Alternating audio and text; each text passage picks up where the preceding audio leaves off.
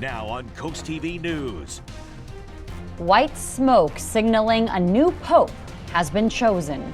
Thousands flocked to the Vatican after that white smoke went up. And this man walked out on the balcony, and the world saw the first appearance of the new pope. This is CoastTV News at 5. That new pope makes history as the first American pope. Good evening. I'm Madeline Overturf. And I'm Charlie Sakaitis. Welcome to our News at 5. His name is Pope Leo XIV. Prior to becoming pope, he was known as Cardinal Robert Francis Prevost. Pope Leo is 69 years old. Pope Leo was born in Chicago, but also has Peruvian citizenship, having lived in Peru for a third of his life. Pope Leo spent a lot of his career as a missionary in South America and served as bishop in Peru. He most recently led a very powerful Vatican office for bishop appointments. He is expected to build on Pope Francis's reforms. The new pope was formerly the prior general or leader of the Order of St. Augustine, formed in the 13th century as a community of friars dedicated to poverty, service, and evangelizing. The order works in about 50 countries, promoting a contemplative, spiritual, and communal living and service to others. In his first remarks as Pope from the balcony of St. Peter's Basilica, Pope Leo called for peace and paid tribute to the late Pope Francis to a roaring crowd. Let's take a listen. I should also like this greeting of peace to enter our hearts and your families, and to all those people, wherever they are, all peoples throughout the world. Peace be with you. In his first remarks, Pope Leo XIV outlined his vision for the Catholic Church as one that, quote, builds bridges and engages in conversation. The new pope also called on people to show our charity to others and to be in dialogue with love, according to an English translation. And Catholics along the coast were glued to their TVs and phones the moment they saw white smoke coming from the chapel. One of those people being Father Brian Lewis, the pastor of St. Jude's the Apostle Church in Lewis. CoastTV News reporter Zakia Jennings is live there. Zakia, you watched with the pastor as the newly chosen pope addressed the world. Maddie, I was standing in this exact spot next to Father Lewis as we watched the Pope address not just the people in Vatican City, but the 1.4 billion Catholics around the world. Now, there was a shared excitement between the two of us. We were standing here watching on his cell phone, and I'm not a Catholic, but he says that shared excitement is something that's felt around the world, and it speaks to the importance of the Pope, not just in the Catholic Church, but around the world.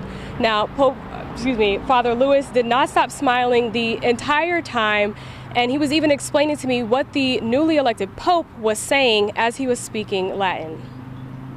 Father Brian Lewis, the pastor of St. Jude's the Apostle Church in Lewis, is standing outside of the church as he watches the newly chosen Pope address Catholics around the world. So he just referred to Pope Francis and how to honor him. Father Lewis says when priests pray, all priests say a prayer for the Pope by name and the bishop of their diocese by name.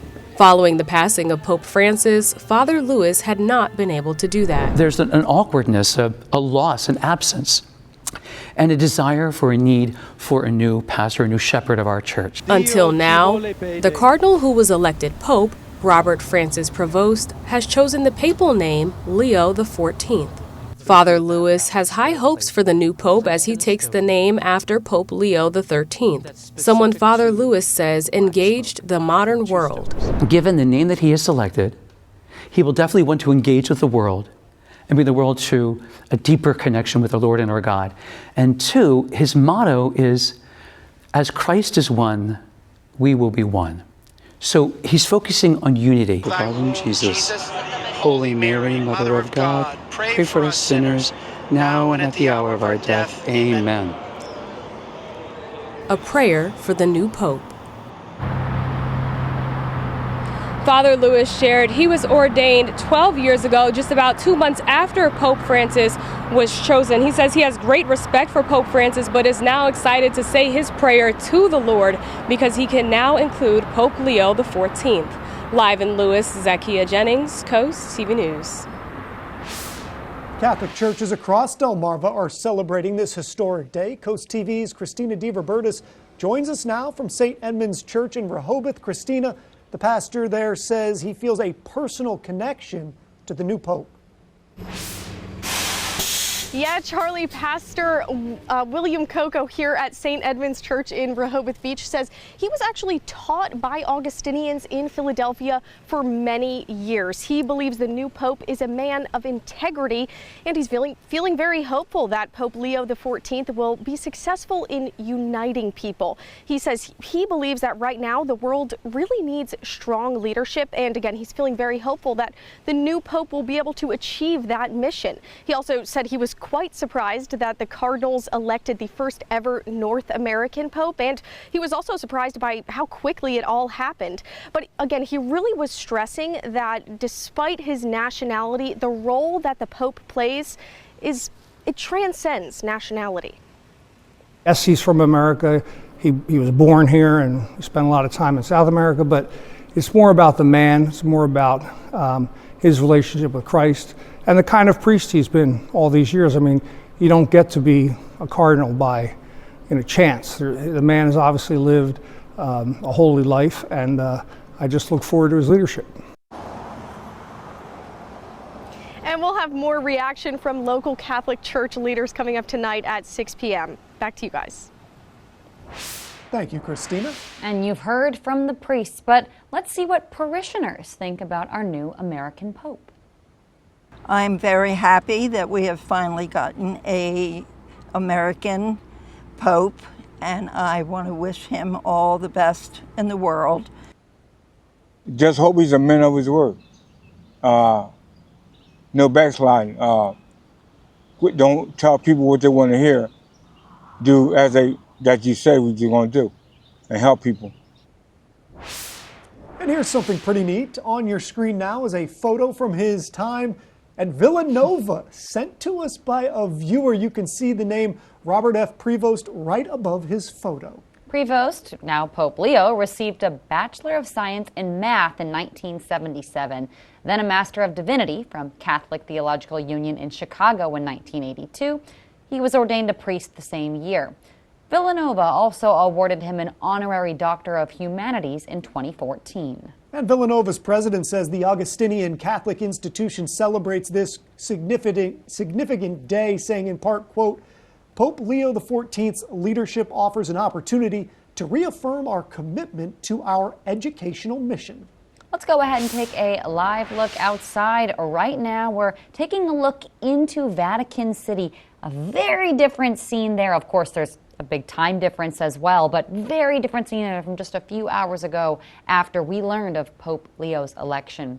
To political reaction here at home, President Trump says the fact that our new pope is from America is incredible. He told reporters plans are already being made for Trump to meet with the new pope in the near future. What greater honor could there be? And we were a little bit surprised, very happy.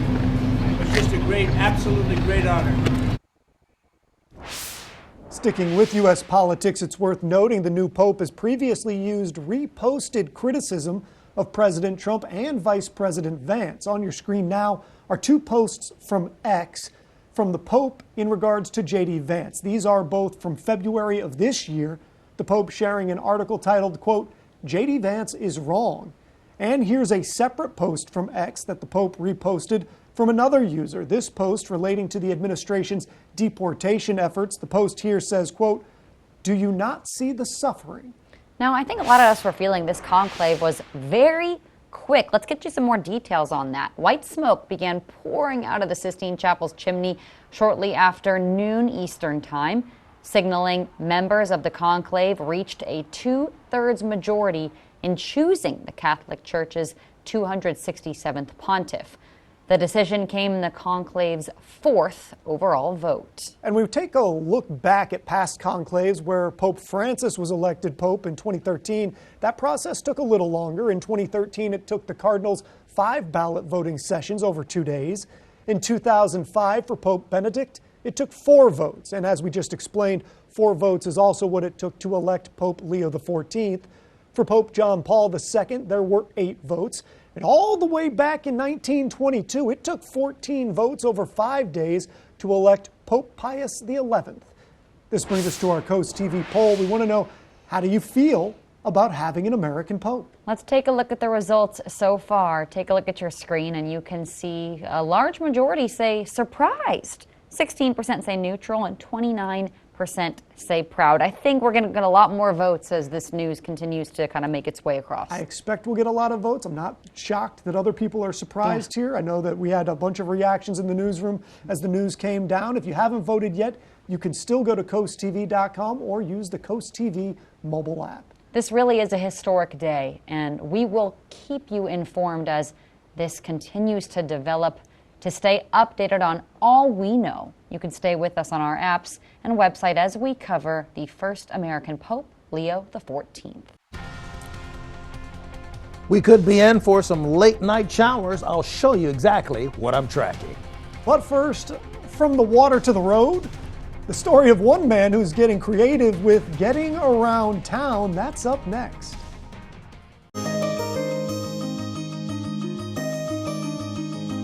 Here on the coast, you see a lot of cars, motorcycles on the roads, and you see a lot of boats, jet skis, kayaks, what have you on the water. But what happens when you combine a jet ski and a motorcycle? In this week's Coastal Connections, we introduce you to somebody who has done just that. This is Justin Bonneville, and this is Landu. That's the name he has given his motorcycle jet ski hybrid. My passion would definitely be, anything on 2 wheels. Bonneville is a Sussex County native and has owned a motorcycle for more than 20 years. He says the idea of adding the outside of a jet ski to one of his bikes came from seeing them elsewhere. I'd seen them done in Florida, and I thought, that looks pretty cool. You know what I mean? And finally I said, I'm going to try to duplicate it. Having owned bikes for years, Bonneville says knowing how the parts work and go together made the whole process that much easier. He tells Coast TV while the cost was low, labor was high. Stripped all the plastic off the scooter, slimmed it down. Any extra weight I could slim off of it, I did. And then, once I had that bare frame scooter, then I knew the dimensions of the hole I needed to cut in the bottom of this jet ski to be able to, set it on top. And finding the jet ski to use worked out just fine. I actually bought the jet ski out of a buddy of mine's backyard with a blown motor for $100. He says the best memories for him come from others' curiosity. And he says he never gets tired of all the questions. It's been very positive, from, young to old. Everybody's at first, they're like, what is that? And then it finally kind of dawns on them like, hold on, what's going on? So it's been cool. Despite being half jet ski, it cannot go in the water. Bonneville has a pretty quirky response, though, when people ask him. I always tell people, yeah, straight to the bottom. Bonneville shares one thing that made all the long work worth it: reactions from the young ones. I was that kid. Who didn't, when they seen a biker going down the road, one of them to rev the bike? I mean, that's typical kid stuff, you know what I mean? And if you're lucky, you could end up seeing him on the road. Bonneville says you can catch him riding along the coast with his beloved Landu all summer. For this week's Coastal Connections in Sussex County, Brendan Conroy, Coast TV News.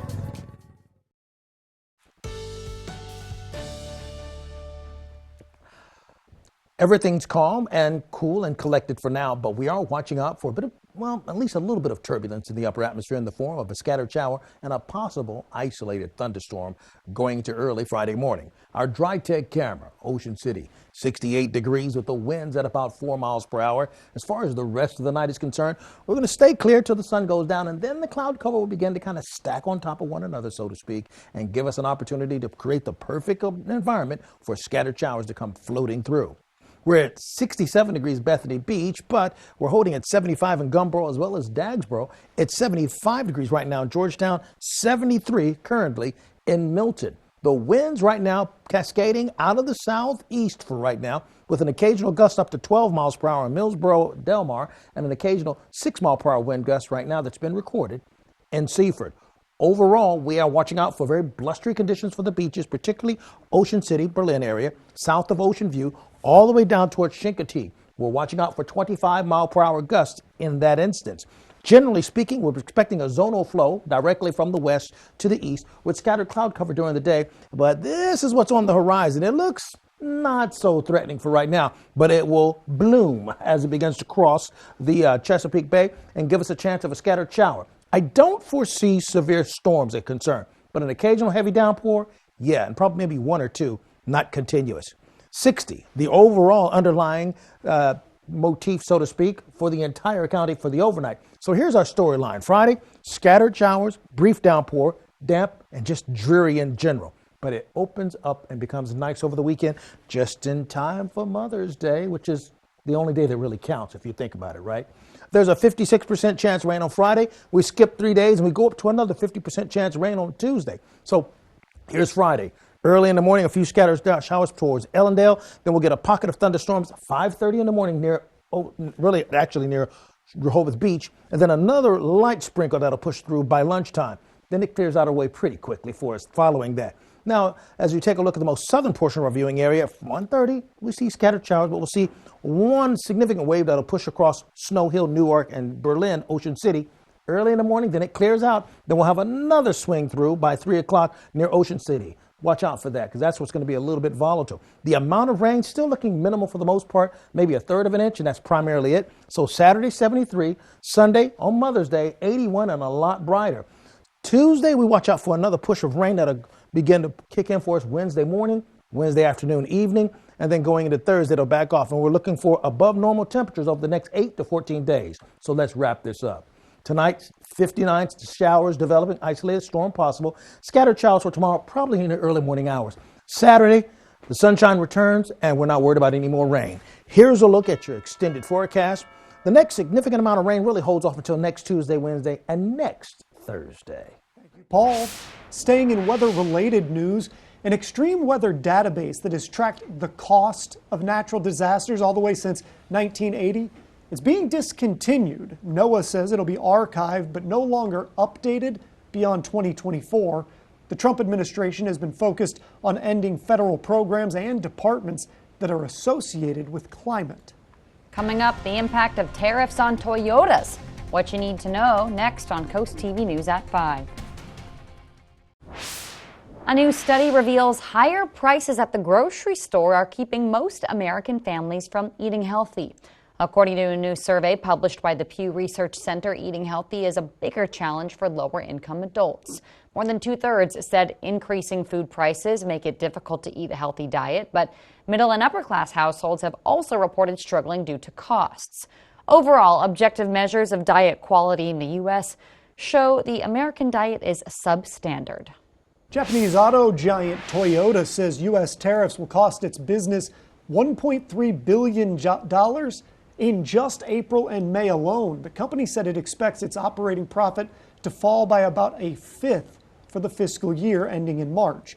The outlook is a sharp turnaround from a year ago when it reported its highest annual profit ever recorded by a Japanese firm. A 25% tariff on cars imported into the U.S. took effect last month. Coming up on the Delmarva Sports Network, right now it's Cape Henlopen versus Polytech in softball. At 7:30, it's another episode of Into the Trenches. Then at 10:30, the final score. Over on the DSN Plus app, there's more softball and baseball on right now. Then at 5:30, girls soccer. Indian River takes on Polytech.